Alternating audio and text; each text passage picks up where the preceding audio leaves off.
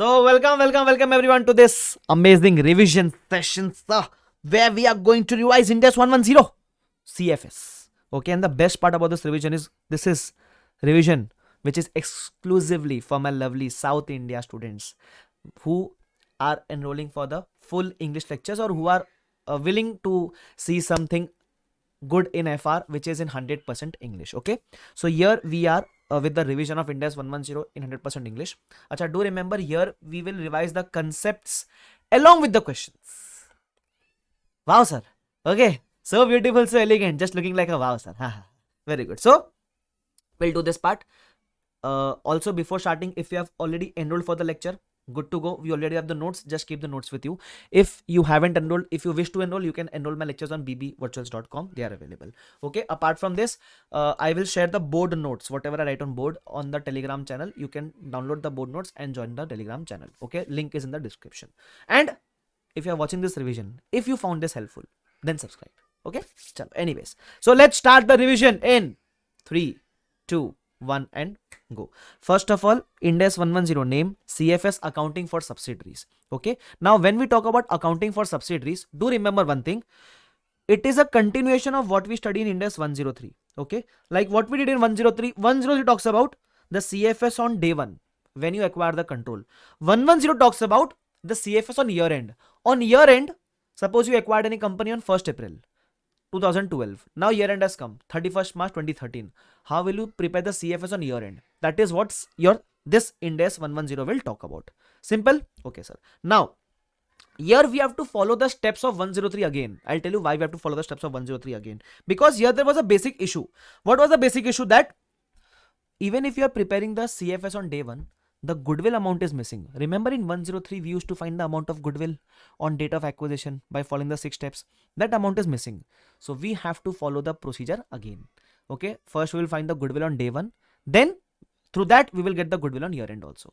Okay, so that is known as procedure for consolidation. So here also, like always, I have given a stepwise approach. Okay, step number 1. Now in 103 there were 6 steps. Okay, one was identifying the acquirer, second was date of acquisition. We skip those 2 steps. Okay, and we directly come on towards this step, calculation of PC. Okay, so step number 1 is calculation of PC on date of acquisition. This how to calculate? We already know as per Ind AS 110. What will come? Cash, shares, deferred consideration, contingent consideration, everything that. Then we have to find the INA. INA, how we used to find? We used to do assets at fair value minus liabilities at fair value. We used to get INA. This was the method taught to us by Ind AS 103. But there is one more method which Ind AS 110 will teach us. In case if you have studied before, it is known as equity capital plus other equity. Other equity bifurcate into pre and post. Remember this much? Okay. We will do it. Don't worry. We will solve the examples also. Then step number 1 PC, then INA, then NCI. NCI, we find out date of acquisition. It can be as per 2 methods, either fair value method or PSNA method. Or we find the NCI on year end. Okay. How do we find on year end? We will discuss this in examples. Then goodwill slash GPP, PC plus previously held investment if any, plus NCI minus INA. You will get goodwill on date of acquisition. So for this we followed all the steps. Now one more thing. But this is the goodwill on date of acquisition. In 110 we prepared the CFS on year end. So sir, can the goodwill amount change from date of acquisition to year end? Yes, it can change. How? Amortization. Goodwill is never amortized. It is only tested for impairment annually. So you will less if there is any impairment. Okay. Then these were the 4 steps. What was it? PC, INA, NCI, goodwill. Okay. It is just like there were 6 steps in business combination. Remove the first 2 steps of that. You get the 4 steps. Okay. There is one extra step, that is consolidated other equity. What is the meaning of this? When you prepare the CFS, in CFS, what will be the other equity? Remember, only parents other equity will come.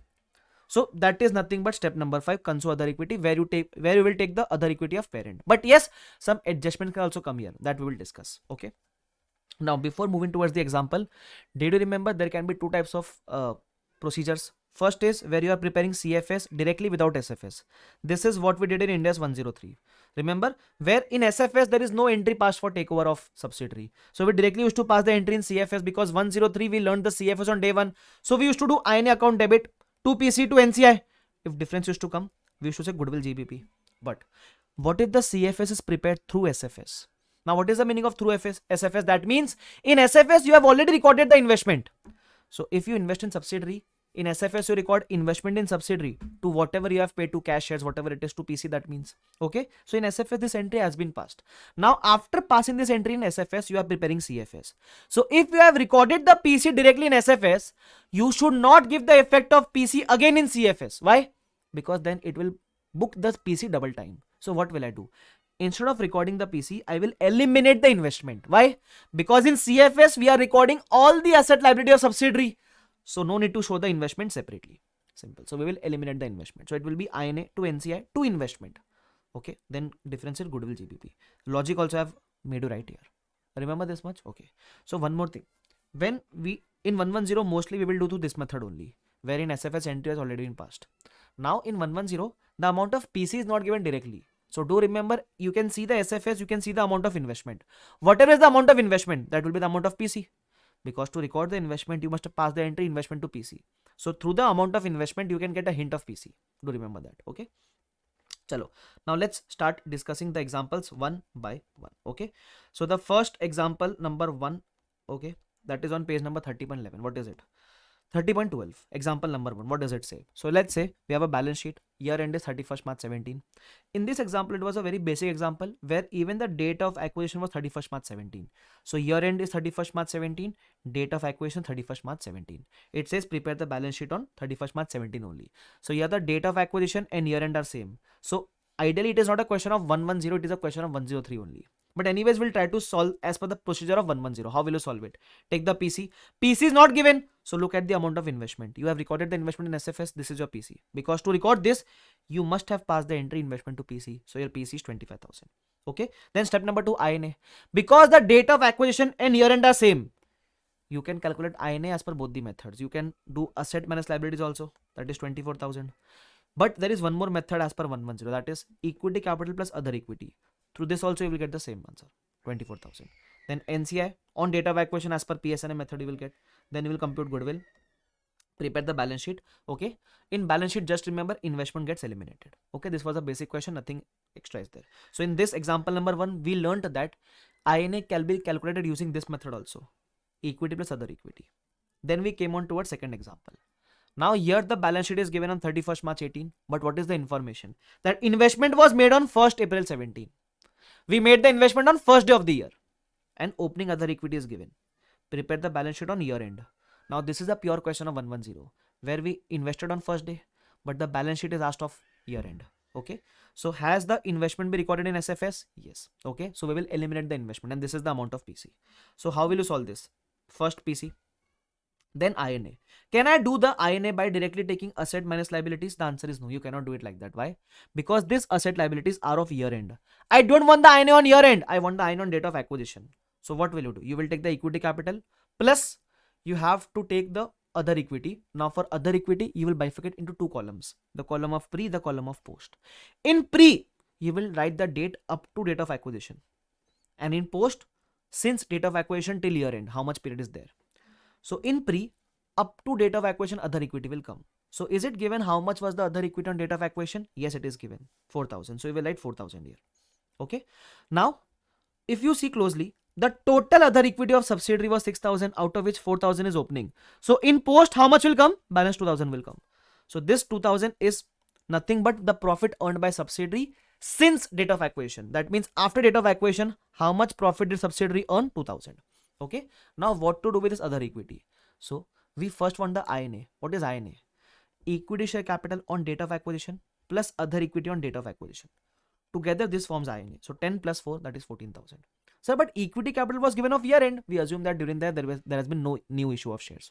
Okay. What to do with this post acquisition profit? This will get bifurcated between 2 parties, parent and NCI, in the ratio of stake. Simple. Parent's profit, parent will add in the respective reserves. NCI profit, NCI will add in the year end balance.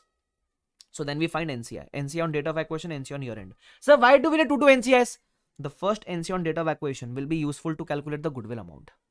Okay. Second NCI on year end will be used when you prepare the balance sheet on year end. You will add this NCI. Do remember. You will make a mistake here. While finding goodwill, you might by mistake take this year end NCI. So do remember this. Okay. Chalo. Then you will do goodwill PC plus NCI minus INA. You will get goodwill. There is no impairment. So goodwill on day 1 and year end is same. Then console other equity, take parents other equity, then add the parent share of profit. Simple. Clear with this? Okay, sir. Prepare the balance sheet, you are through with it. Then we come on towards example number 3. What is there in example number 3? Only one part is different. That date of investment is 1st October 17. That means you have invested between the year. But the issue is, so that means PC first step is same. Now come to INA. In INA, you will add equity capital, that will remain the same. Other equity will take pre and post. In pre, it will come to date of acquisition. Date of acquisition was 1/10/17. Okay, but the issue is the opening balance is given of 1/4/17 only. Okay, you acquired the company on 1/4/17, so they have given the opening of 1/4/17, but we don't need the balance of 1/4/17, we need the balance of 1/10/17. Okay, in post only 6 months will come because you acquired on 1/10/17. So post period will be after date of acquisition till year end. Only 6 months will come. But here when you take 2000, this is the profit of 12 months. That means in pre, the balance should be of extra 6 months. Instead of 1/4, it should be till 1/10. And in post, instead of 12 months, profit should be only of 6 months. So there is something which we known as time adjustment. We do it. Okay. In time adjustment, take the profit of post and take the number of months. That is 6 months. From first day till date of acquisition, there is 6 months, right? 6 months. So take post profit into 6/12. Whatever amount you get, you will reduce from post, you will add in pre. As soon as you add the 6 months profit in pre, opening plus the 6 months profit will give you the balance of 110. As soon as you reduce from post, from 12 months you reduce 6 months profit, the balance is only the remaining 6 months profit. Simple. This will become part of INA. This will bifurcate between parent and NCI. So this is what we learned in example number 3. Then we came towards example number 4. What is there? Sometimes it is there that in other equity, two bifurcation are given, retained earnings and other reserves. Okay. And sometimes it says that the balance of other reserves is missing. Opening of other reserve is not given. When the opening of other reserve is not given, just remember to assume whatever is the closing will be same as opening. That means everything will come in pre, nothing will come in post for other reserves. So what about retained earnings? Normally it is given. But in case of retained earnings, what we will assume? We will assume that opening is 0. Whatever you earned was in post. Okay. But this case won't arise in exams. I feel it will be always be given. Anyways. Then example number 5 will come. Example number 5 has one of the most important adjustment, that is dividend. How to account for the dividend, sir? It is very simple. Please have a look here now. Okay. Now I can little speed up because now we have built that base. Dividend. Who pays the dividend? Subsidiary pays the dividend. So when subsidiary pays, it books like an expense. And dividend is paid to parent and to NCI. They both book it like an income. This has happened in SFS. In CFS, you have to eliminate the effects of dividend. How will you do it? So subsidiary must have booked expense previously. Now it has to reverse the expense. So it will add back in other equity. Okay. In subsidiary reserve, we will add it back to reverse it. Parent and NCI must have booked the income. So that time they added the income. Now they have to reverse it. So less it. Less from parent's balance, less from NCI's balance. So summarization of this effect is when you want to add back in subsidiaries reserve, you will add back in step number 2 post column. Okay. When you want to less from parent other equity, less from step number 5 console other equity. When you want to less from NCI, less from step 3B NCI on year end. Okay. Do remember my focus is on revision, of course. Okay. Chalo. Now we had this question where investment was on 110/17. Opening balance of other equity was given as 4,000. Then dividend was paid on 1/11/17. Do remember in Ind AS only dividend adjustment is there when it is paid after date of acquisition. Okay. Don't say what if it is paid before date of acquisition. Doesn't matter. That adjustment is not there in Ind AS. Okay. Chalo. So subsidiary paid 10%. 10% of what? 10% of capital of subsidiary. So it will be 1,000. So what are the 3 effects? The first effect is that you will add back in post. So this effect of dividend will come before time adjustment. Okay. Do remember. So we'll add back in post. Okay. Then you will do time adjustment. Very good. Then NCI's share will get reduced from NCI's year-end balance and parents' share will get reduced from parents' year-end balance. That's it. This is what you will do in example number 5, dividend. Okay. Then example number 6, revaluation gain and loss on assets. How will you solve this? Please have a look here. So in this, so now see the hierarchy of step number 2. Okay. What is the hierarchy? First, you take opening, then you will take dividend if any in post. There is no dividend here. Then you will take time adjustment.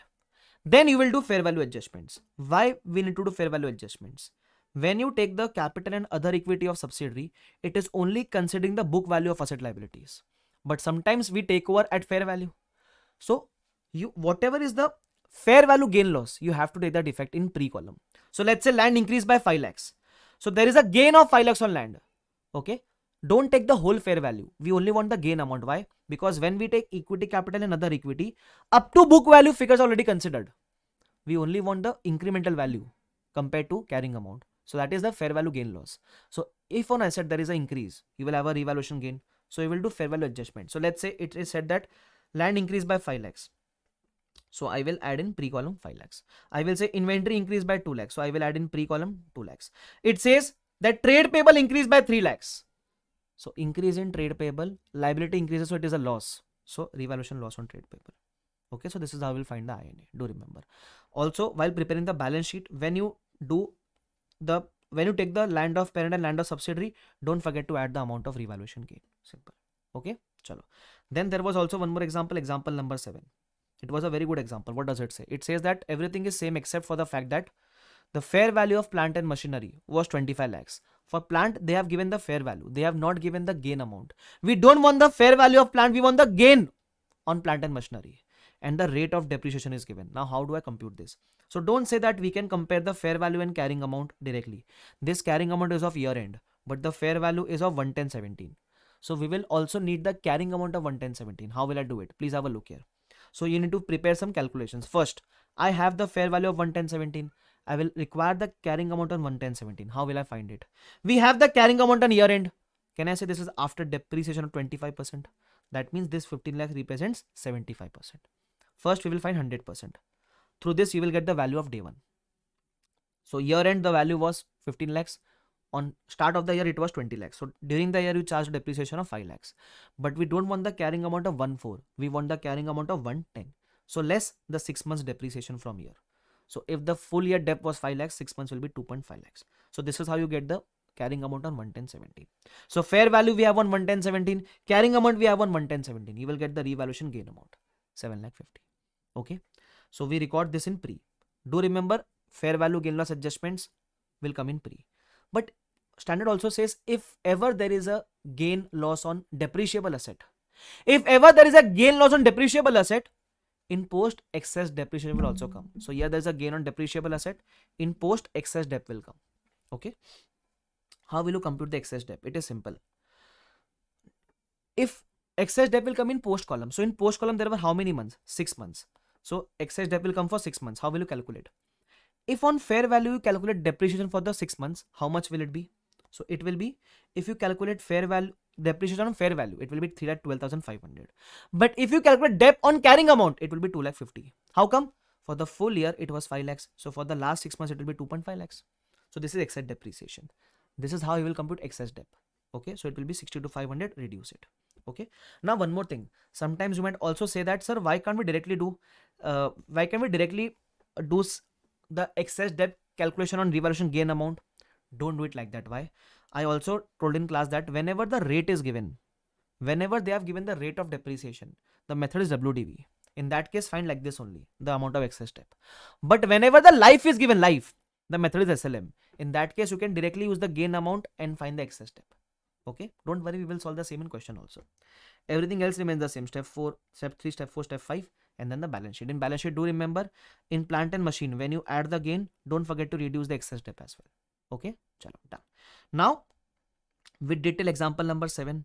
Now, based on this, there is a good question, which is ICI's favorite question, come in exam multiple times, come in mock test multiple times. Illustration number 64. So the best part of our revision is we don't only revise the concepts, we also revise the questions. Till here, I hope it is clear. Guys, yes or no? Till here it is, the revision is clear? Okay. Acha, also, while seeing the revision video, it is possible that you might not recall certain examples or certain adjustments. Just do a star mark. So that once the revision is over, you can do a self reading of that particular adjustment so that you can be through or you can be clear with those adjustments. Okay, chalo. Illustration 64, what is there? So it says Ram acquired 60% of Krishna Limited. Okay, so Ram is the parent, Krishna is the subsidiary. Very good. On 1st October, so we have acquired in mid of the year. Very good. The summarized balance sheet of two companies are given below. Ram and Krishna, it is given. Investment in Krishna is given. So this is the amount of your PC. Do remember that. Okay, then everything else is given. In other equity, there are two reserves. Other reserves and retained earnings. Very good. The retained earnings of Krishna showed a credit balance of 60,000. So this is the opening balance of retained earnings, 60,000. Out of which 10% dividend was paid. Dividend of 10% will be calculated on capital amount. So 4 lakh into 10%, it will be 40,000. Effects you already know. Then it says that fair value of plant is given. So again, the fair value is given. We don't want fair value. We want the gain loss amount. We already did in examples. We will do it again. Then rate is given. So if rate is given, method WDV. Find the excess debt as I thought you. Then it says following are the increase in fair value compared to the carrying amounts. Okay, so directly the amount of increase is given for remaining assets, liabilities. So if there is an increase in assets, gain. If there is an increase in liability, then loss. Okay. Then if you see closely, the opening of retained earnings was given, but the opening of other reserve was missing. So it is mentioned in the second line that if the opening is missing, assume that the whole closing balance is there in pre, nothing is there in post. Do remember this much for other reserves. Okay, now how will you solve this? The solution is very simple. Do stepwise. Even if they're asking the balance sheet, first follow the steps. You will never get stuck here. Okay, so date of, see, basically everyone knows that this is a scene question, but in exam our hands don't work. So that is why I give you steps to simplify things. Like we simplified in other chapters, we are simplifying here also. First step is PC. PC, look at the investment amount, write the PC. Then you will take INA on date of acquisition. First take the equity capital of subsidiary. Then take the pre and post balance of subsidiary, retained earnings and other reserves. Now we acquired on mid of the year, but the opening is on 1st April. So you have to do time adjustment. But before time adjustment, there comes dividend adjustment. So first add back the dividend of 40,000 in post. Then do time adjustment. Okay, then do fair value adjustment. For land, inventory, trade payable, it is very straightforward.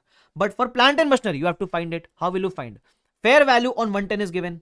Compare this with the carrying amount on 110. How will you find it? Reverse calculate. Year-end carrying amount is given, that is after debt, so 90%. Reverse it, you will get the day one's balance less 6 months debt. You will get the carrying amount on mid of the year. You get the gain of 1,15,000 recorded here. Because this gain is on a depreciable asset, excess debt will also come. Okay, excess debt, because rate is given, find debt on fair value, find debt on carrying amount, you will get the excess debt. Simple. Okay, so what will happen with this 6,57,000 will become a part of INA. What will happen with the 67? It will bifurcate between parent and NCI and the ratio of stake. Okay, then you will get NCI on day one as per PSNA, NCI on year end. Take opening plus post. Don't forget to less the dividend of subsidiary, NCI's share. Okay, goodwill GPP will be there, PC plus NCI minus INA. You will get goodwill on date of acquisition, but we have to see impairment also. There is no impairment here. So goodwill on date of acquisition will be same as goodwill on year end. Okay, then you will get step number 5, console other equity. It is very straightforward and simple. Is this clear to everyone? Write parents other equity, write post, add the post profit, and don't forget to reduce the dividend from subsidiary parents share.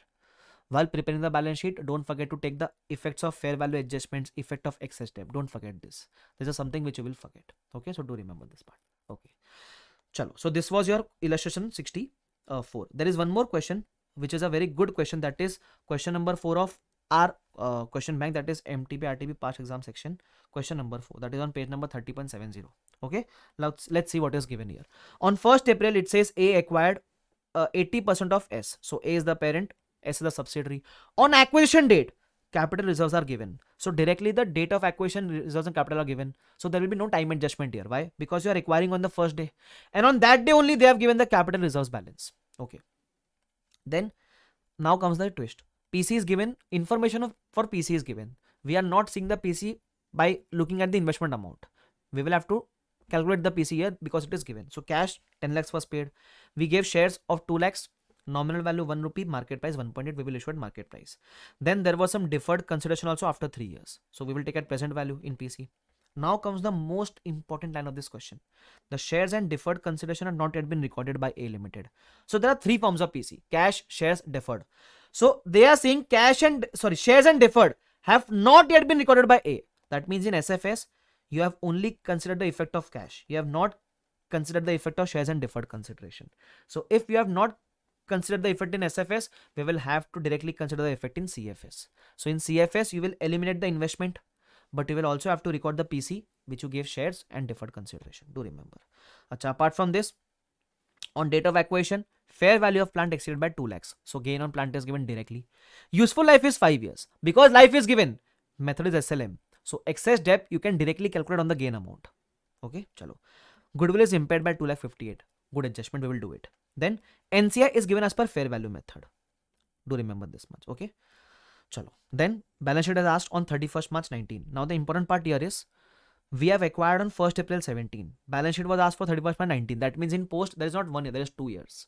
Okay, so pre and post 2 years are there. Okay, do remember. Chalo. Now how do I solve this? Again, follow the steps. Step number 1, PC you cannot calculate by seeing the investment amount because it was partially recorded. So we will calculate PC in cash, shares, deferred.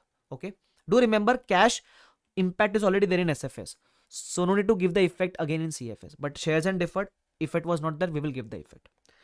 Calculate the INA. It is simple. Take the pre-amount is directly given, balance will be in post. Okay, dividend not there, time adjustment not required because we acquired on the first day.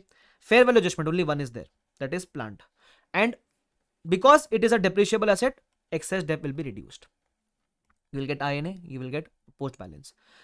Do remember 325 is not the INA. INA is capital plus other equity. Most of you will make the mistake of taking only 325 as INA.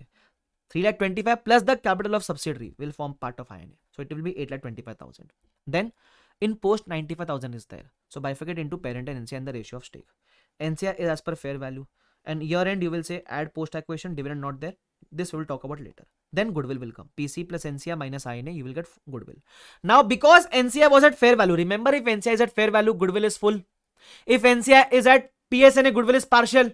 What does it indicate? If it is a full goodwill belongs to parent and NCI both.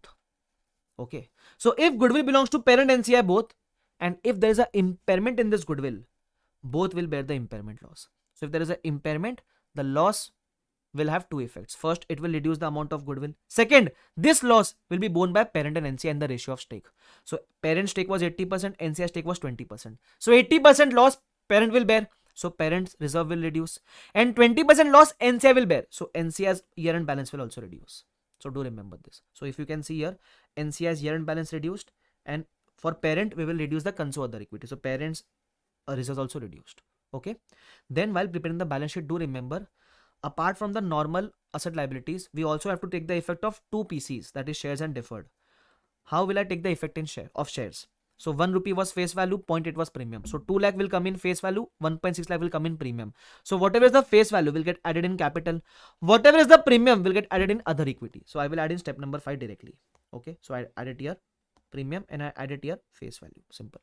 Now, apart from this, there was also deferred consideration. Deferred consideration was 3,75,000. But you cannot take 3,75,000 value in deferred. Why? This value was as per 1,417. You know, in deferred consideration, we do unwinding. We are preparing the balance sheet on 31st month 19. So we also want the deferred of 31st month 19. So do the unwinding for 2 years. So when you do the unwinding for 2 years, you get the value of 453,750. So in deferred, you will take the value of 453,750. Also, because you have unwinding for 2 years, it is an expense for you. So because of expense, your reserves also reduce. So in consolidated other equity, you will reduce the unwinding effect. 78,750. So this is also a very important adjustment which you need to remember. So basically this question is over, but there were 3 adjustments in this question. First, shares impact which we took in CFS of PC. Deferred consideration impact which we took in CFS. And goodwill impairment full allocate between both parent and NCI. So summary also I have given in the question for your easiness. Acha, one more thing. What if the goodwill is partial? If the goodwill is partial, then impairment, then partial means goodwill only belongs to parent. If goodwill is partial, then impairment loss will be allocated only to the parent. Simple. Okay guys, clear? Chalo. Then we did illustration number 44 that you can refer. It is a very simple question. Okay. Then after that, we came on towards our examples again. There was example number 8 which says that continuing with example 6 and 7, only the tax rate is given. If this 4-5 words are given, that tax rate is this much, one extra effect will come, that is deferred tax. How will you calculate deferred tax? I gave you a shortcut. See, everything remains the same. Only one extra thing will come. Whenever there is a gain, there will be DTL. Whenever there is a gain, there will be DTL. Whenever there is a loss, there will be DTA. That means if your gain is a positive amount, your deferred tax will be a negative amount. This is a shortcut which I am giving. Logically, we have discussed it here. Because let's say logically, if the land has a carrying amount higher than 5 lakhs, higher by 5 lakhs. So your carrying amount will be higher by 5 lakhs compared to tax base. Okay. So if carrying amount is higher, tax base is lower. We want to reduce the carrying amount towards tax base. So reduce the asset, create a liability. Simple. So this is logical. But in exam, you can do shortcut. Okay. So gain on land is 5 lakhs. So there will be DTL. Gain, DTL. Loss, DTA. Gain, DTL. And if there is a gain on plant, we also do excess debt. So excess debt is a negative figure. So deferred tax will be reversed, positive figure. So if you don't remember, just remember, if it is a positive figure, deferred tax is a negative amount. If it is a negative amount, deferred tax is a positive amount. Simple. Okay, this is one thing. Also, when you are preparing the balance sheet, all the DTA details will be netted off and presented as a separate line item. Okay, to remember. Then example number 9. Again, a very good example. It talks about what if it is mentioned in the question that assume inventories were sold at year end and also assume trade payable or settled at year end. If it says this, what to do? So let's say, continue with the example, we booked a gain on inventory and we booked a detail on inventory. If it says assume inventory was sold on year end, whatever you did for inventory in pre, just do the opposite in post. So if you booked a gain on inventory, reverse that gain in post. If you booked a DTL on inventory, reverse that DTL on post. Why? Because if the inventory is sold on year end, that means if the inventory does not exist, so the gain loss which you booked in pre does not exist in post. So just reverse it. Okay, chalo.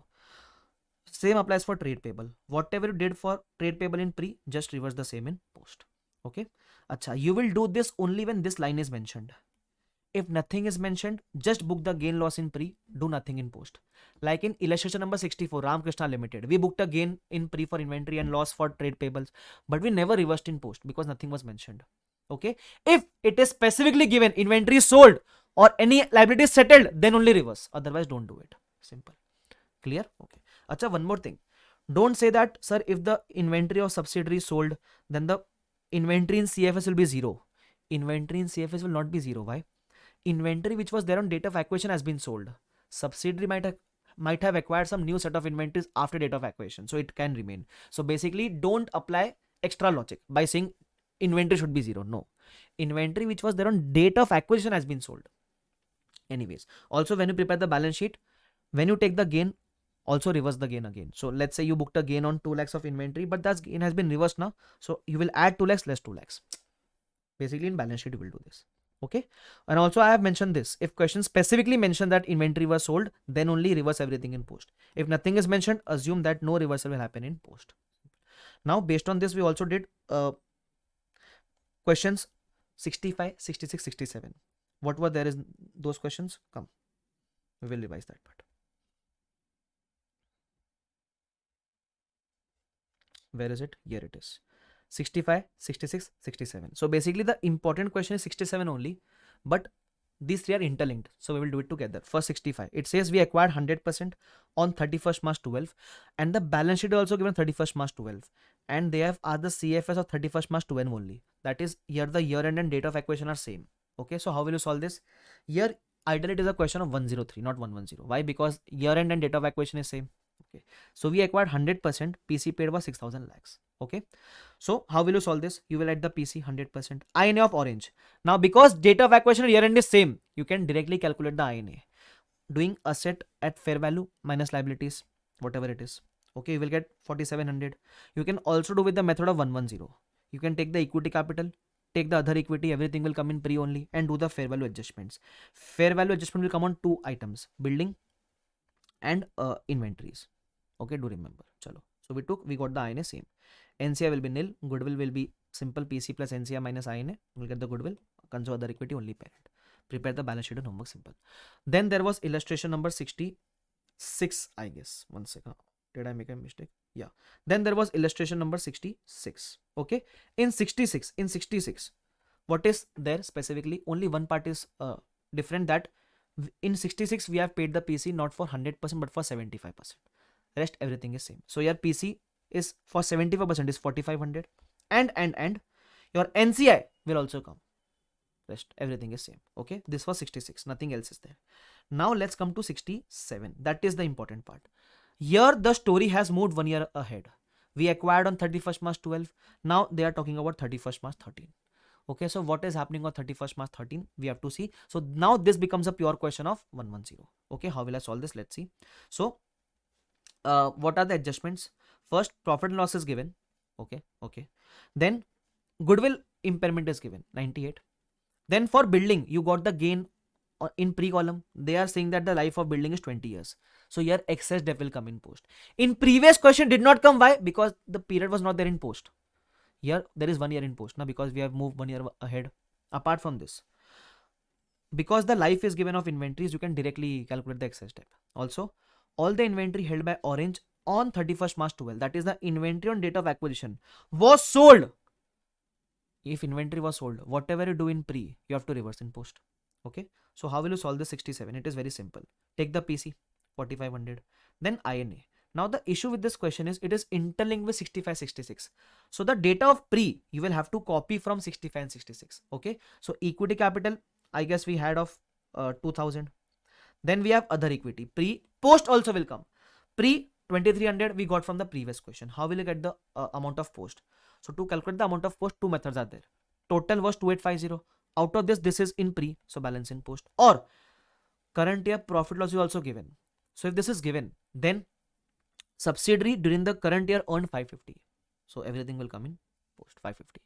Because you acquired on the last day of the year, directly the other equity of that is available. So there is no time adjustment, no dividend available. Fair value adjustment, we had a gain on PP. How did we get to know about this gain? We saw from previous questions, of course. Then there was excess debt of 15. Just reverse that part. Okay.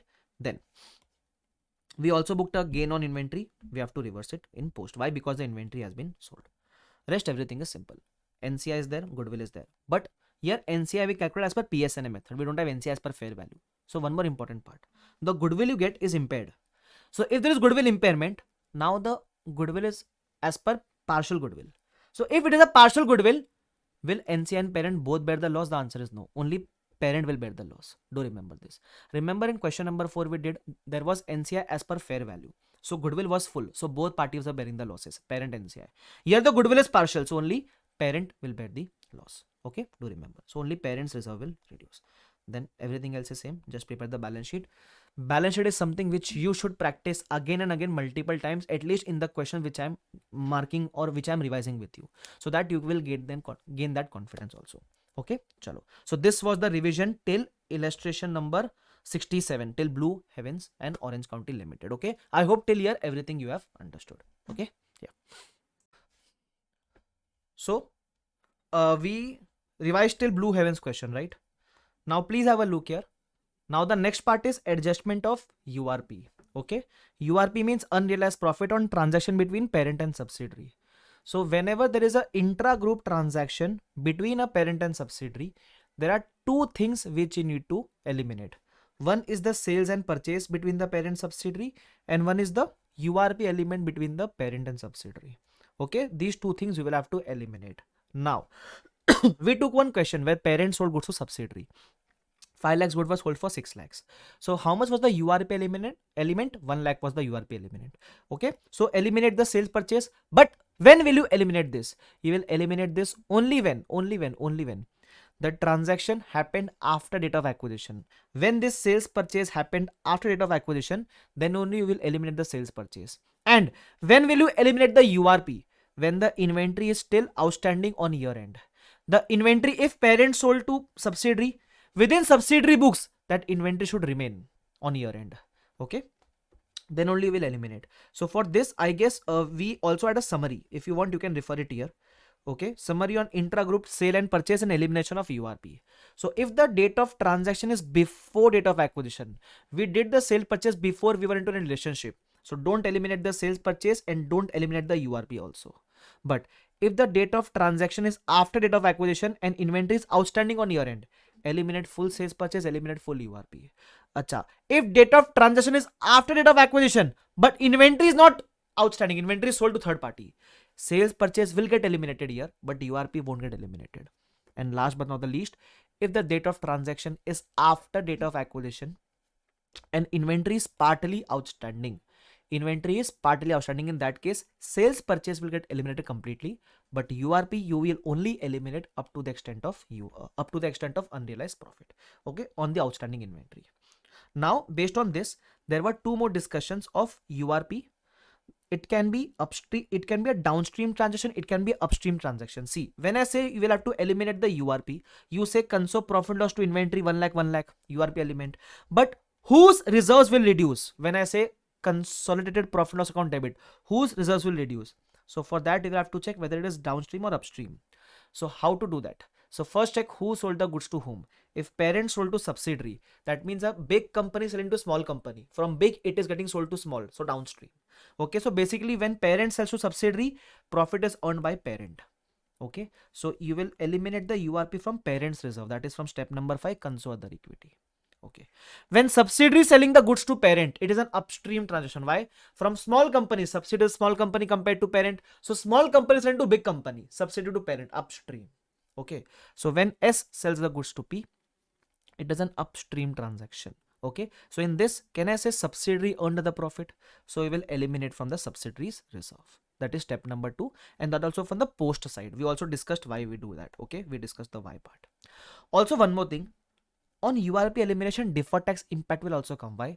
Because URP is eliminated only in accounts. So in accounts, your carrying amount comes down.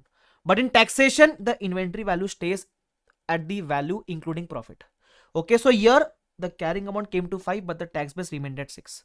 So in URP case, always DTA will come. And where will the deferred tax impact go? The place where you eliminated the URP, just below that deferred tax impact will come. So if you give the effect of URP in step 5, deferred tax will be added in step 5. If you reduce the URP from step 2 post column, you will add the DTA in step 2 post column. Simple. Now based on that, we did illustration 38, 39, 40 and 41 also. It is basic question based on the concepts only. Just revise it once. Okay. Then the next concept which we discussed was step acquisition. Now what is the meaning of step acquisition? So there are two cases here. Let's say in the first case you had 15% stake. Then you acquired another 60% stake. So here you gained control in the second stake. Okay. So this accounting we already discussed in 103. So this previous 15% is known as previously held investment. So you will follow the 6 steps of business combination from the second date, that is 1st April 13. Okay, and this previous 15% will be treated like a previously held investment and taken at fair value date of acquisition. But here is the new case where you had already 70%, you acquired 10% extra. You already had 70%, so you already had control, you gained 10% extra. So here you will not follow the 6 steps or recompute the goodwill. No, you will not do any such thing. But what we'll do then? If my stake was 70%, can I say NCI stake was 30%? Now, if I acquire 10% extra, my stake increases and NCI stake reduces. So my stake will go on to become 80%, but NCI stake will reduce by 10% and go on to become 20%. So basically what will happen here is only NCI will reduce. Only NCI will reduce. So how will you give the effect? Because you are acquiring 10% extra, you will credit the cash bank because cash is going out. Also, because NCI is reducing, you will debit the NCI proportionately. You will debit the NCI proportionately. Why? To reduce the NCI, you have to debit it. Difference goes to console other equity.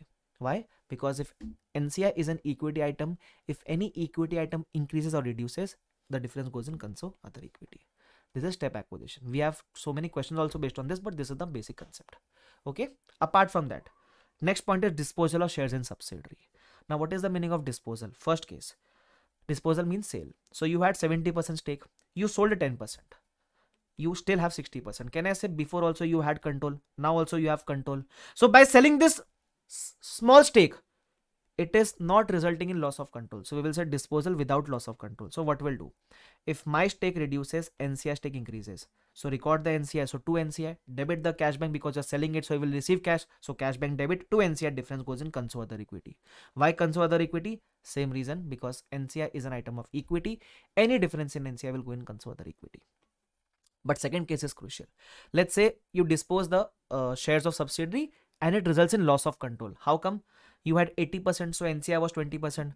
Now you sold a 70% stake. So your stake was only 10% now. So can I say control is gone? So if control is gone, remove everything which belonged to the subsidiary. So one by one, remove everything. Remove the INA of subsidiary, remove the NCI of subsidiary, remove the goodwill / GBP of subsidiary. Okay, subsidiaries only this was recorded, we removed it.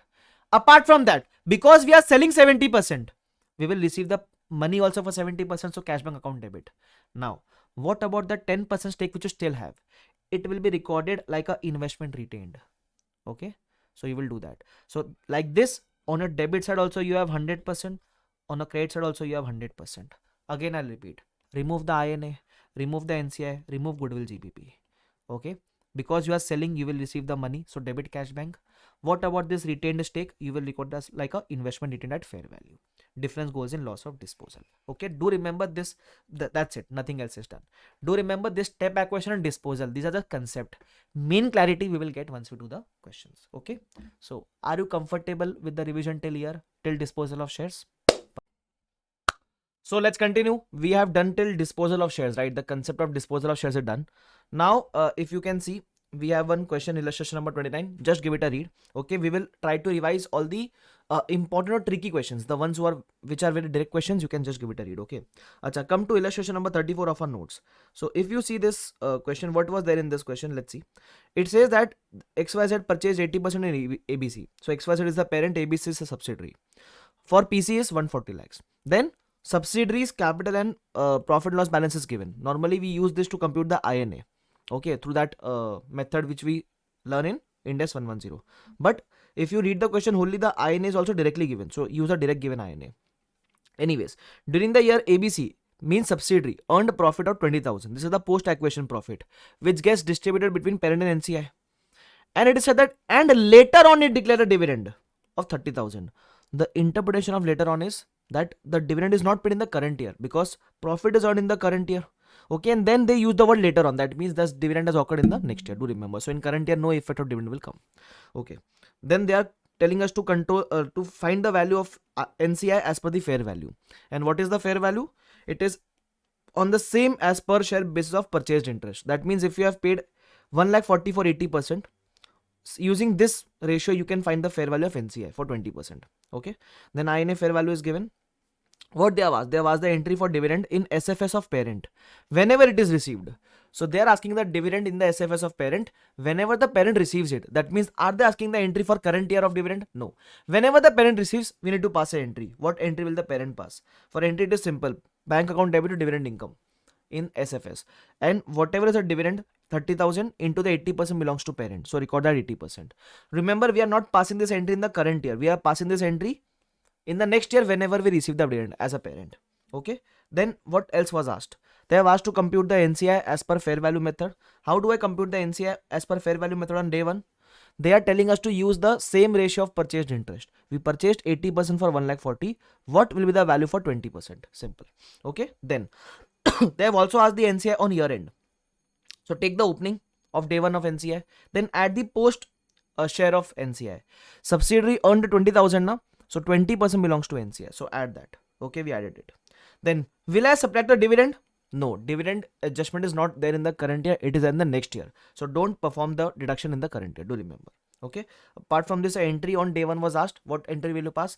Acquire the INA to PC to NCI. Difference goes to goodwill. Simple. Okay. So this was a very good question. Do remember that. There is an alternative case also discussed in 35, which is linked to 34. It is said calculate the NCI. Calculate the NCI using which method? Using PSNA method. So it is simple. Instead of finding the fair value of NCI, you will find the NCI using PSNA. So what will be the difference here? So your INA was 1,50,000, no? So your NCI will be 1,15,000 to 20%. Simple. Rest everything remains the same. Okay. Then what else is there apart from these questions? See, question revision is something which is very important, I feel. Okay. So do practice all of them. I am going to revise the major questions, but small question like these which are there, just practice them once at least. Okay. Okay. Now we come towards illustration number 45. It's also simple. You can come towards illustration number 47. We can go through once. Okay. What is there in 47? Please have a look here. So let's say, for example, we acquire 10% additional shares of its 70% subsidiary. So we had 70% and we acquired 10% extra. Okay. So we already had control. So will I compute the 6 steps again? Will I solve all the 6 steps again? The answer is no. When you already had control, this extra 10% only has one effect. NCI will reduce and your stake will increase. Simple, right? What entry will you pass? Because you are purchasing, so you will say to cash bank. Because you will reduce the NCI, you will say NCI account debit. And difference goes to consumer equity as discussed. Because NCI is an item of equity. If it reduces or increases, the difference goes to consumer equity. Simple. Now, how much have you paid for that 10%? 2,600. So cash bank 2,600. Okay. How much NCI will reduce? It will reduce proportionately. 30% NCI is 6,600. So how much will be 10%? It will be cross multiplied. 2,200 it will come. So NCI will reduce by 2200. Difference comes on debit side, transfer to conso other equity. Simple. This is how we will solve it. See, it is given here also as well. Are you getting my point? They had also asked one thing that will the goodwill change? Of course, goodwill will not change, because when control is not changing, goodwill will also not change. Okay, do remember that part. Acha, one more thing. Whenever such type of small questions are there, don't forget to write the concepts in 1 or 2 lines. Okay, quote your concepts in your own words in 1 or 2 lines. Okay, do remember that. Acha, one more good question is there. Illustration number 48. We acquire 70%. Okay, when the fair value of net asset was 200, profit made was 100. Then we acquired another 10%. So again the same case where we had control, now we are acquiring 10% extra. So what will happen? We will give out some money and our NCI will reduce because my stake is increasing. Okay, we are acquiring 10% for 32 lakhs. The proportionate carrying amount of NCI is 30 lakhs. So they have given the adjustment. Okay, now how will this affect the SFS and CFS? So in SFS, you purchase 10% or you purchase 100%. In SFS, it is just like purchasing an investment. So in SFS, your investment increases and your cash reduces. So the entry in your SFS is something like this: investment to cash bank. Simple. Okay, so your investment increases and cash reduces, balance sheet tallies. B's SFS will have no impact. What about group's CFS? In group, instead of doing 2 cash bank, because you have already done 2 cash bank in SFS, in CFS instead eliminate the investment. So NCI account debit to investment. Of course, balance if it goes to conso other equity. Now what will be the adjustment? This investment which gets created because of SFS will get eliminated here. Okay, cash balance, you write the revised cash balance because in SFS cash reduced, so CFS also reduced cash balance will come. Apart from that, your NCI reduces and the difference of other equity was on debit side, so your other equity in CFS will also reduce. So just prepare this balance sheet if it is asked. Okay, that's it, nothing else is there. Chalo, so a very simple question you can say. Okay, nothing substantial here. Now illustration number 49 is also there, I guess. Yes, illustration number 49. What is there in this question? Please have a look here. Amla purchases 100% subsidiary for 10 lakhs. Okay. When the net asset was 8 lakhs. Very good. Parent sold 40% investment. So we had 100%. That means NCI was 0. Now I am selling 40%. So my stake will remain 60. Can I say this is without loss of control? I still have control. This is without loss of control. I still have control, right? Okay. Now, if you see, if my stake is reducing, whose stake will increase? Can I say NCI's stake will increase? It is as simple as that. Whose stake will increase? NCI's stake will increase. So increase the NCI stake, guys. Okay. So what entry will you pass? You are selling. So you will get cash bank here. Your NCI will increase. Okay. And difference goes to conso other equity. Chalo. So we sold for 9 lakhs. We will get 9 lakhs money. Parent still maintains a controlling interest. Carrying value of subsidiaries net asset is 2 lakh, including net asset of 16 lakhs and goodwill of 2 lakhs. Calculate gain loss of interest in subsidiary, but this gain loss we calculate in CFS and SFS both. Okay, chalo, how will I solve it? Please have a look here. So how much money I will receive, that is given, but we have to record the NCI 40%. At what value will I record the NCI? So see, I just prepare a simple chart. Previously subsidiary had only one holder, 100% parent, NCI was 0%. Okay, now subsidiary has 2 holders, 60% parent, 40% NCI. Can I say NCI is there in this subsidiary only? So whatever is the value of subsidiary, 40% will be the value of NCI. Simple. So how much is the value of subsidiary? If you take the INA plus goodwill, that will give you the fair value of subsidiary. In this subsidiary only we have 40% NCI, right? So you can take 18 lakhs ka 40%. That will give you 7.2 lakhs. Okay, so NCI will be recorded as 7.2 lakhs. Because NCI is increasing or reducing, difference gets transferred to other equity. Simple. Okay, so this is what is happening in CFS. Do remember a very important calculation of NCI. Then what about SFS? Do remember the logic of SFS and CFS is completely different. In SFS, you had acquired, you just see what was the carrying amount of your investment. So you had acquired the 100% investment for 10 lakhs. That means the cost of investment was 10 lakhs. Okay, assuming the investment stayed at cost only, you sold 40% of it. Now what will you do? Whenever anything goes out of a balance sheet, it goes out at carrying amount. So 40% investment will go out at carrying amount. You have sold for 9 lakhs, so record the 9 lakhs. Difference goes to profit and loss. This is a realized profit in SFS, so record in profit and loss. Simple. Okay, and I have given a note also. In disposal, the logic of SFS and CFS is completely different. Okay, one more thing. If you are watching the video on YouTube, I am uploading the board notes on my Telegram channel. You can download it. Okay, chalo. Let's proceed. Then 49 done. 50 is relatively very simple. 52 we will do later on. Then there is 53. Okay. So again a good question. 53. What is happening in 53? Please have a look here. Okay. So in March 11, a group had 60% interest in subsidiary. If I have 60%, can I say 40% was NCI? With share capital of 50,000 ordinary shares. That means subsidiary had 50,000 shares outstanding, out of which 60% was held by parent and 40% was held by NCI. Simple. Okay. Now, goodwill was calculated using partial goodwill method, which was 20,000. On 31st March 11, an option held by minority holders, that means option held by non-controlling interest, exercise the option to subscribe for a further 25,000 ordinary shares. They have subscribed for a further 25,000 ordinary shares at rupees 12 per share, raising rupees 3 lakhs. Okay, so they have subscribed for 25,000 ordinary shares at rupees 12. Who have subscribed? NCI has subscribed. Now, what is the implication of this? See, previously subsidiaries share capital was 50,000 shares, 60% was with parent, 40% was with NCI. Now, because just treat it like that subsidiary has made a further issue, and those whole further issue has been taken by NCI only, which is 25,000 shares. So NCI previously had 20, now they get more 25, total becomes to 45,000. Parents number of shares stays at 30,000 only. So if you calculate the revised stake, NCI's stake goes on to 60%, parent stake reduces to 40%. That means parent, without even selling a single share, his control is lost. Parents, without even selling a single share, his control is lost. So whenever there is loss of control, try to pass a simple entry. First pass, remember my hint, first pass the entry and then fill in the blanks with the amounts. What will be the entry? Remove INA, goodwill, NCI. 3 things removed. Next, you are selling something, so bank account debit. And if you are retaining any percentage stake, so investment retained account debit. Okay. Of course, your bank will be nil because you are not selling anything. Okay. So INA you will remove at 450, it was given.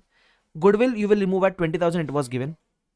NCI 40% will get removed because when I was the controlling party, NCI was 40%. But how much was 40% NCI? It is not given. It was missing. There was one hint given that goodwill is at PSNA. If goodwill is at PSNA, if goodwill is partial, goodwill is partial. If goodwill is partial, then NCI is at PSNA. So whatever is the INA, you can take the proportionate of INA as NCI. Okay. So you will get the NCI amount. How about investment retained? How will you calculate this? You have 30,000 shares retained. It is said that NCI on this particular date exercised each share for rupees 12. So this can be considered to be the fair value of share. So you will record the investment retained at 30,000 into rupees 12. 36,000. Okay, simple. So again, I'll repeat, whenever there is loss of control, first pass the entry. INA remove, goodwill remove, NCI remove. Okay, 3 things removed. Because you are selling, bank account debit, and if you are retaining any percentage, investment account debit. Difference goes to profit and loss. Simple. Okay, with practice, you will be able to crack this. It is very simple. Okay, let's proceed. 54 is very simple, nothing to do with this. 55 we can solve once. Okay, what is said? Please have a look. 80 purchased 100% subsidiary for 50 lakhs. Okay. So we had purchased for 50 lakhs. That time goodwill was 10 lakhs. Very good. Okay. 80 sold 60%. Now we are selling 60%. So control gone, sir. For how much? For 67.50. Retaining a 40% investment. Here the good part is they have given the fair value of 40%, retained portion, 45 lakhs. Calculate the gain loss. So control is lost, right? How will you pass the entry? Just try to pass the entry first. Control gone. So INA remove, goodwill remove, NCI remove. Because you are selling, bank account debit. And if you are retaining any stake, investment retained account debit. Simple. Now fill in the blanks. INA was given, goodwill was given. NCI will be nil because my stake was 100%, so NCI stake was 0%. Okay. I have sold 60%, so I will receive money for 60%. Balance 40% I have retained. Okay. So simple. Difference goes to profit and loss. Now what will happen in SFS? In SFS, remember, we are not concerned with loss or without loss of control.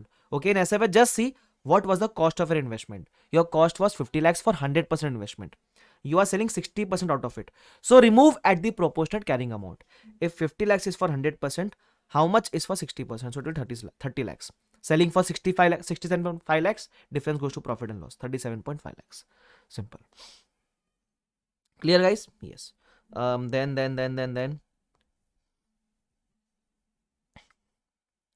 Then you can come towards, see, these big questions we have already done. Then you can come towards this question. Illustration number 69. Okay, a very good question. Please have a look here. It says Reliance Limited has a number of wholly owned subsidiaries. Okay, including Reliance Jio Infocomm. Now it says, what is the meaning of number of wholly owned subsidiaries? That means it has multiple subsidiaries. And wholly owned means they have 100% share. Okay. Reliance is the parents. Reliance Jio is a subsidiary. Simple. Okay. Now, how they have given the data, please have a look here. So, they have given the CFS data of parent plus all subsidiaries. And out of this whole data, how much value belongs to the subsidiary? Belongs to this Jio subsidiary. Like, for example, if goodwill is 190, 90 is the goodwill from Reliance Jio. If 1620 is the total asset buildings, 670 is the buildings from Reliance Jio. Why is it given separately? Maybe we might be disposing of this subsidiary. Maybe. Let's see. So they are asking us to prepare balance sheet after disposal when Reliance sold 90% shares of Reliance Jio. Okay. For 1000. So we are selling 90% shares. Control gone. Because our stake was 100%, selling 90%. How will you pass the entry? First pass the entry. Even if balance sheet is asked, first pass the entry. How will you pass the entry? See. INA remove, goodwill remove, NCR remove. INA remove, goodwill remove, NCR remove. Because you are selling, bank debit, and if you are retaining anything, investment retained account debit. Simple. Now, how much INA will you remove? So it is not given as a single amount, but you will see now. Apart from goodwill, have a look at all the assets and the liabilities. Okay. So if you see the INA, it is 1190. Remove the goodwill separately. Okay. NCI, it will be 0% because I was the wholly owned subsidiary. So NCI will be dash. 9. You are selling, so you will receive money. So bank account debit. Now the most important calculation. What will be the value of investment retained? It is not given directly. How will you find it? It is very simple. See, previously, this subsidiary had one holder. Parent 100%, NCI 0%. Now, in this subsidiary, can I say parent has retained 10% investment? So whatever is the value of this subsidiary, 10% will be the value of my investment. Okay. How will you find the value of subsidiary? Take the INA of subsidiary and take the goodwill of subsidiary. You will get the value of subsidiary. In this value, I have 10% stake. So this is the value of my investment retained. This is how I will find it. Okay. Same thing we did to compute the fair value of NCI also before 2-3 questions. Remember. Now, once you get this, you just need to give the effect of this entry. How? Bank account is increasing. So bank will increase by 1000. Investment is there. So investment will come 128. Okay. Then loss on disposal. So loss will affect your other equity. So loss. Then INA is getting removed. So whatever assets were there of this subsidiary, remove it. Just remove it. So let's say goodwill was 190. This 90 will go out. 100 will remain. Buildings were 1620. This 670 will go out. 950 will remain. It is as simple as that. And then just tally the entry. It will tally at 3, 6, 7, 8. Simple. Clear? Okay, sir. Great job. So, now illustration number 70. Okay. What is there in this question? Again, a very, very, very good question. Okay. Let's have a look here. What does it say? It says Airtel Telecom owns 100% share capital of Airtel Infra. So Telecom becomes the parent, Infra becomes subsidiary. On 1st April 11, Telecom acquired a building from Infra. Here the parent is acquiring from subsidiary. Basically, subsidiary is selling to parent, in other words. Okay. So who has earned the profit? Subsidiary has earned the profit. We will eliminate it in CFS. Anyways. Airtel Infra had purchased the building from third party on 1st April 10 for 10,25,000. I will just give you a summary of this question. What is happening? So first, on 1st April 10, Infra is the subsidiary. Subsidiary purchases himself. Okay. At 10,25,000. When the life was this, RV was this. Subsidiary uses this for 1 year. Then after 1 year, subsidiary sells this to parent at 11 lakhs. Okay. So when subsidiary sells it, in SFS, subsidiary will book some profit. Okay. And after selling, parent is using for the another year. Okay. Now see, entry has been asked in 3 financials. One is the individual financials of subsidiary. One is the individual financials of parent. And one is the CFS of parent. Okay, what will subsidiary do in the individual FS? So whenever subsidiary purchases, he will pass an entry for purchase asset to cash bank. Then subsidiary himself uses for 1 year. So depreciate for 1 year. Value is given, life is given, RV is given. Find the depreciation. After depreciation, a carrying amount comes to 10 lakhs. Now on the immediate next day, subsidiary sold to parent. Okay, so subsidiary will say, I am receiving money. PP goes out to carrying amount and difference goes in profit and loss. So this profit subsidiary booked, but in individual statements. In CFS, we will eliminate this later on. Okay, let's see. Then what will parent do? Parent purchased for 11 lakhs. So that 11 lakhs becomes the cost of parent. PP to cash back. Then next is parent will use for 1 year. So depreciation to PP. Cost minus the RV divided by the number of years of life. Okay, simple. Now comes the CFS. What will I do in CFS? First immediate thing, as soon as you booked the profit in subsidiary, eliminate the same in CFS. Okay, so how to eliminate the profit? Debit the profit and loss, credit the asset. So profit is eliminated. That means in CFS, the asset which was worth 11 lakhs has now come down to 10 lakhs. Simple, after elimination of profit, because you are reducing the PP also. No? Okay, that means in CFS, you should depreciate on 10 lakhs. You should depreciate on this 10 lakhs. Should I charge the depreciation separately? No. In SFS, the debt has already been charged. So no need to charge in CFS, but just check whether it has been charged correctly or not. So if you calculate the depreciation on CFS, it should be charged on 10 lakhs. It is coming to 32,500. But in SFS, we have charged 37,500. Okay, that means in CFS, we need to reverse the extra 5,000 charged. Don't book the 32,500 again. We will say that out of 32,500, we have charged 37,500 already. Because we charged in SFS, the impact already came in CFS. So in CFS, just reverse this extra 5,000 charged. So entry for reversal is exact opposite of the normal entry. So normal entry is depreciation to PP. The reversal entry is PP to depreciation reversal. Simple. Okay, so in CFS, these two entries will come. Eliminate the URP, reverse the excess depreciation. Okay, chalo. So this was your illustration number 70. Very good question. Then we move towards one more concept, that is chain holding. Okay, chain holding. Now what is there in chain holding? Please have a look here. So basically here what happens is, there is one parent. He has a direct subsidiary. Okay, and this subsidiary has one more subsidiary. Okay, so for AK Limited, this becomes an indirect subsidiary. This Ajay Limited becomes an indirect subsidiary. This is chain holding. When you have a direct subsidiary and through this direct subsidiary, you also have an indirect subsidiary. So this parent will prepare CFS not with one subsidiary but with both the subsidiaries. Okay, so it will prepare CFS with Mukku also and with Ajay also. Simple. This is the meaning of chain holding. Now, first important calculation here is finding the effective stake. Okay, so AK has a direct subsidiary. So effective stake here is very simple. In Mukku, 80%, in NCI, 20%. Okay. Then effective stake in Ajay. How much will be the effective stake in Ajay? Simple. There is an indirect stake, right? So if AK has to find the effective stake in Ajay, do 80 into 70%, 56%. Balance will be NCI. Simple. This is how you find the effective stake. This is one important thing which you need to find. Okay. Then I have given multiple examples. You can just refer it. Then the next important discussion is date of effective control. Okay, so remember my example. Let's say for example, AK acquired control in Mukku on 1st April 11, and Mukku in turn acquired the control in Danish Limited beforehand only. Okay, so AK acquired control in Mukku on 1st April, but Mukku had the control in Danish beforehand. Now we want to prepare CFS from AK's point of view. When we will treat that AK has control. So with Mukku, AK will start preparing from 1st April 11. And with Danish also, AK will start preparing from 1st April 11 only. Why? Sir, why not 30th September 10? Because see, AK is having the control in Danish through Mukku. And AK acquired Mukku on 1st April 11 only. So it cannot have control in Danish before 1st April 11. Okay. So AK will prepare CFS with Mukesh on 1st April 11 and with Danish also on 1st April 11. Simple. Second case. If AK had control in Mukku on 1st April 11, but Mukku acquired Danish later on. So here AK's CFS with Mukku will start preparing from 1st April 11. But since Mukku on this date did not have the indirect control or this subsidiary, AK's control in this subsidiary will also come later on. That is on 1st October 11. Do remember that. Okay.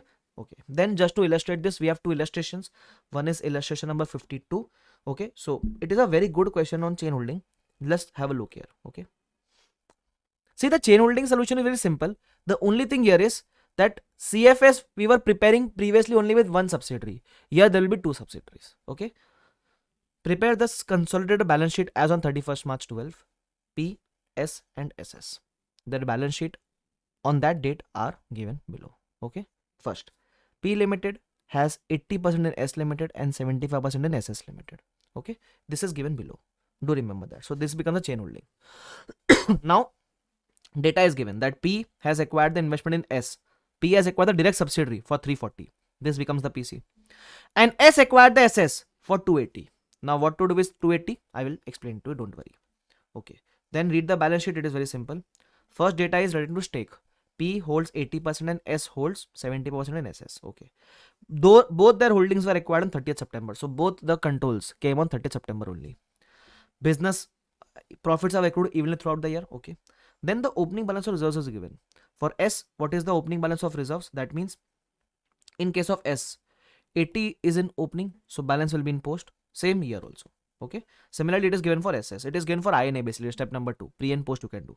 Okay, and because the control came on 30th September, yet time adjustment will also come. Okay, for 6 months. Do remember that. But because the data of other equity is given on 1st April. Anyways, let's proceed. Important adjustment. 10 lakhs included in the inventory of S Limited is the inventory which has been purchased from SS Limited. In short, SS sold the inventory to S. Intercompany transaction eliminate the unrealized profit. Okay, who will eliminate the profit? Because SS sold to S, so profit was booked by whom? Profit was booked by SS. So who will eliminate? We will eliminate from the post reserves of SS. From the post reserves of SS. How much? It is said that cost plus 25%. This 10 lakhs is the selling price, of course. So if you back calculate it, you will get 2 lakh rupees. Okay, I have done the calculation also, don't worry. Then they are saying that NCI to be computed at fair value method and market price of NCI is same as face value. Now how do I solve this? Simple. First, always find the effective stake. P has a direct stake in S, so 80% S, 80% is with the parent, 20% with the NCI. P has an indirect stake in SS. So do 80 into 75%. You will get 60% with the parent, 40% with the NCI. Okay. Date of effective control, both the controls came on 30th September 11 only. Now, first calculation is PC. Okay. The PC from whose point of view? We want the PC from P's point of view. Do remember that part. So P invested in S directly, 340. What about the PC of SS? We will discuss later on. Just hold on. Then find the INA. INA of there will be 2 subsidiaries. Okay. So simple. Just take the equity capital of S Limited. Then other equity bifurcate into pre and post. Do time adjustment. Whatever amount is in pre will go in INA. INA becomes 525 and post balance will bifurcate into parent and NCI. What about SS? Repeat the same process for SS. Only one thing extra will come, that is eliminate the URP. Okay. Okay. Third point. NCI. Now NCI we will not find using PSNA. They are telling us to find using fair value method. But direct fair value is not given. So one more method was to compute the number of shares held by NCI and multiply by the price per share basically. So how much shares NCI have? It is simple. My stake in S is 80, so NCI has 20. So look at the share capital of S Limited. Okay, so S Limited share capital is 400. Divide by rupees 10, you will get number of shares. Out of this number of shares, 20% are with NCI. Okay, this is how we find. 20% is with NCI. Similarly, in case of SS, NCI was 40% from P's point of view. So whatever is the number of shares of SS, out of that, 40% is with the NCI. Simple. Multiply by the face value, you will get the NCI on date of acquisition. Then NCI on your end, take the opening value, add the post acquisition balance. One more adjustment is there. We will discuss this later on. Then goodwill GBP. Okay. For S, it is simple. PC plus NCI minus INA. What about SS? In SS, I did not tell how did we get at the PC.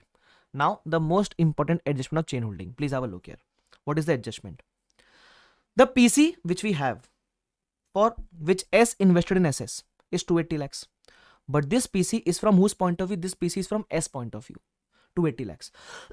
We don't want the PC from S point of view. We want the PC from P's point of view. So just apply one simple logic. S invested in SS. So S has 2 shareholders. Okay, this S who is investing the money has 2 holders. 80% parent, 20% NCI. Okay, so whatever S invested, Out of that, 80% will belong to parent. So this is the PC from parent's point of view. 2,80,000 into 80%. Okay. And 20% will belong to NCI. Okay. So this will reduce the balance of NCI.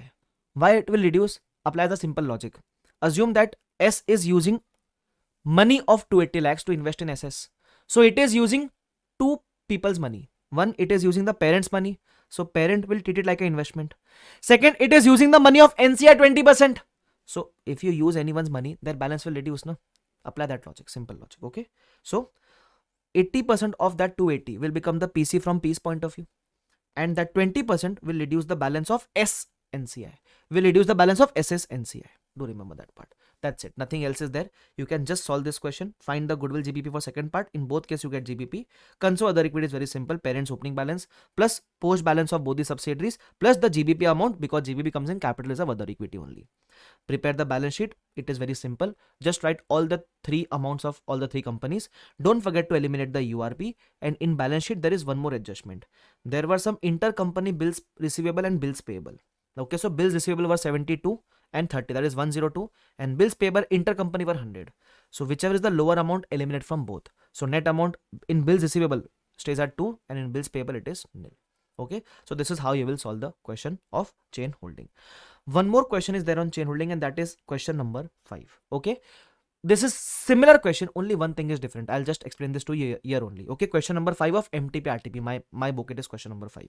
What is there? See, date of effective control. Okay, the only difference here is, here LX is acquiring the direct subsidiary on 110 and LX gets the control of indirect subsidiary on 30th September 20. So here, because the direct subsidiary came on first day, here there will be no time adjustment, and here the indirect subsidiary came in mid of the year, so here there will come time adjustment. Only this part is different, everything else is the same. Okay, and that adjustment I had also solved, where when this mid subsidiary invest in the indirect subsidiary, that PC is from not from parents point of view. We want the PC from parents point of view. So simple, do 85 into 15. Okay, because this mid subsidiary had two holders, parent and NCI. 85% belongs to parent, so it will be PC for parent. 15% belongs to NCI, so it will be reducing the balance of NCI. So this completes your chain holding. So just if I want to come towards the chart, what all things we have covered, just have a look here. We have covered this, goodwill impairment done, step acquisition done, disposal done. These small points, of course, I will revise, don't worry about it. And now the chain holding part is done. To be honest, if I discuss about CFS, these are the main points which you should know. These are the practical points. Of course, remaining points you should give it a read, but these are the main points which you should focus on. That means if a big question comes, it will come from these points only. Okay, do have a note of this. Anyways, chalo. So done with the chain holding as well. Okay, yes, chalo. So before proceeding, how about a quick revision of whatever we did from point number 7.1? Please have a look here. Okay, please have a look here. See, first of all, we discussed one question where there was disposal in multiple transactions. Okay, so if the time gap is very small, treat it like a single disposal. Okay, first point was this. Then the next point was point number 8, and this was when the subsidiary has preference shares. So out of profit, first eliminate the dividend on preference shares, and then the balance profit will be distributed between parent and NCI. Okay, then elimination of intra-group transactions. Okay, if there is any intra-group transaction, sale, purchase, debtor, creditors, bills issue, bills payable, eliminate it. Also, if there is any unrealized profit element, eliminate that also. Okay, then uniform accounting policies. The policies followed by parent has to be followed by subsidiary also, only for accounting policies. Okay, example, inventory. If the inventory is of same nature, they have to follow the same policy. And whose policy will they follow in CFS? They will follow in CFS parent's policy. If the inventory nature is different, then different policy is allowed. If they ask for PP depreciation, that subsidiary is following SLM, parent is following WDV, doesn't matter. In case of depreciation, different methods can be used. Do remember this part. Okay, next point. Can NCI be negative? The answer is yes, it can go negative. Why can it go negative? If you want, you can have a look here. Okay, so let's say NCI's day one balance was this much. As soon as subsidiary incurs a loss, this loss will be bifurcated between parent and NCI. So if the loss bifurcated to NCI is more than the day one's balance, NCI can go negative. So let it go negative. Okay, don't restrict to zero, let it go negative. So there's one question also where subsidiary was incurring constant losses, so keep on what you can say, allocating the loss to NCI. At one point it will go negative, it is fine, okay, let it go negative. And then when the subsidiary earns profit, NCI later on can become positive as well. Okay, a simple question. And then apart from this, we discussed about reporting date. Now what is the meaning of reporting date? Reporting date simply means that year end, the parent and in subsidiaries year end can be different. If they are different and if the time gap is of less than 3 months, in that case we can use subsidiaries. Let's say for example, parent year ended on 31st March 12 and subsidiaries year ends on 31st December 11. So we can use the data of subsidiary as on 31st December 11 and ask the subsidiary to send 3 months additional data for the purpose of CFS, because CFS will be prepared at the parent's year end. But if the time gap is of more than 6 months, if the time gap is of more than 3 months, let's say time gap is 6 months, in that case we cannot use subsidiaries this financials of different year end. We will tell subsidiary that you have to send us a draft FS of the same year end as that of parent, okay, for the purpose of CFS. This is what we have discussed till now. Okay, clear with this? We are done till point number 12. Now let's resume from point number 13. Acquisition in subsidiary without consideration. What is the meaning of this? So in this case you acquire the control without any stake. Okay, so how do you acquire the control? As discussed, we might acquire the control by way of contract. So in this case you have the control but your stake is 0% maybe. Will you prepare CFS? The answer is yes, because if you have control you have to prepare CFS. The only difference is in this case your stake will be 0 and NCI will be 100%. So we discussed with one example also, right? When we prepare the CFS, your PC will be 0, INA will be the amount of INA of subsidiary, NCI will be 100%. So there will be no goodwill GBP here, because whatever is the INA will become the NCI itself. Okay, so this was the acquisition of control without consideration, okay, or without any stake, you can say that. Next point is that chain only already done. Console profit and loss, as of now there is no question or concept in your book. If it comes in future we will definitely solve it. As of now you can just give it a read. If you have studied in CA Inter, you might have any question in CA Inter, just give it a read, or otherwise you can skip. Till now, if there is any question in future, I will definitely discuss it in future. Chalo. Control evaluation. Remember I gave you a 2-page theory on this. Just read that theory once. Okay, we discussed the relevant part of it. Just read that theory once. Okay, then exemption from CFS. This is the important part. Okay, who is exempt from CFS? So there are two parties who are exempt from CFS, if you remember. One is the middle parent and one is the investment entity. What is the meaning of middle parent, sir? Remember chain holding, AK has a direct subsidiary and this direct subsidiary has one more subsidiary. So can I say AK will prepare CFS with both of them? But there is one more parent here, Mukku Limited, who is a parent of Ajay Limited. Mukku is exempt from CFS provided 4 conditions are met. First, Mukku is a wholly or partially owned subsidiary of another company. That means Mukku himself is a subsidiary of AK. Second, Mukku should not be listed. Third, Mukku should not be in the process of listing. And fourth, Mukku's ultimate parent is preparing CFS for public use.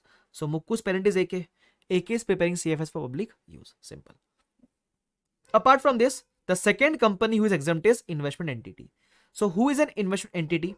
Who obtains funds from investors, who holds investments only for capital appreciation or investment income. Because their motive is to just earn the return on investment, they are not willing to control any company. That is why they are exempt from CFS. And third thing, when they record the investment in SFS, they have to show all the investment in FVTPL. It is compulsory. Okay. So if let's say AK has investment in 4 companies, and if AK is an investment entity, it is exempt from CFS. But in SFS, he has to show all the investment in FVTPL. Okay. Achha, but there are 2 exceptions here. That means in the below 2 cases, CFS will have to be prepared. Okay. First case, if you are a mutual fund company or investment entity and you have a subsidiary who is also an investment entity, then you have to prepare CFS with this subsidiary. First thing. Second thing, if you are an investment entity, you have 4 subsidiaries, you are exempt. But let's say you are also a subsidiary of some other company. That means you also have a main parent, and this main parent is a normal company. It is not a investment entity. Let's say this AK is a investment entity which has 4 subsidiaries, but this AK has also one parent of MRU. MRU is into legal consultancy. So this MRU is not exempt. MRU will have to prepare CFS with AK also and with the indirect subsidiaries also, with all of them. Okay. Apart from this, we also did 2 more questions. which discussed about the change in the status of investment entity. I will quickly revise those questions as well. Which was those questions? It first one was illustration number 58 if you go to see. Okay. What was there in illustration 58? So it was investment entity previously. Now it became a normal company. So when you become a normal company from investment entity, so previously you were exempt with any subsidiary. Now you become a normal company. Now if you had any subsidiaries previously, you have to start preparing CFS. So this date when you change the status becomes the deemed date of acquisition of control for your old subsidiaries. So whatever subsidiaries you had previously with whom you were exempt, now you have to prepare the CFS. So that is exactly what we did. Okay. There is one more question, illustration number 59, where what is happening? Where you had a subsidiary. Previously, you were a normal company. Now you become an investment entity. So when you were a normal company, you were preparing CFS. Now as soon as you become an investment entity, you are exempt. That means you will have to stop, you can stop preparing CFS. So this date when you become the investment entity will be treated like deemed date of disposal of loss of control. So it is as good as you are selling the investment in subsidiary. So deemed date of disposal. So you will pass the entry for disposal, remove the INA, remove the goodwill, remove the NCI. Okay, debit bank, debit investment retained. The only difference is because my subsidiary was 100%, NCI will be 0. And because I'm not selling anything, I am stopping the CFS preparation because I changed the status of investment, change the status from normal company to investment entity. But here I'm not selling anything. So bank will also be 0. So whatever is retained will be your investment retained at fair value today. So whatever difference is there, transfer and gain loss. So what is the difference between 58 and 59? In 58, we were a investment entity. Now we become a normal company. In 59, we were a normal company. Then we become an investment entity. Okay. So these are the main points which you need to focus in CFS. I have tried to revise all the points together. So I hope this revision was helpful. I hope this chapter was helpful for you. Okay. So thank you so much. I will just end this session as well. And just one thing, practice makes a man or woman perfect. So you have to practice. If you are not going to practice, then to be very honest, it is going to be of no use. Okay. So you have to practice it, guys. Okay. And on that note, we can wrap up the session.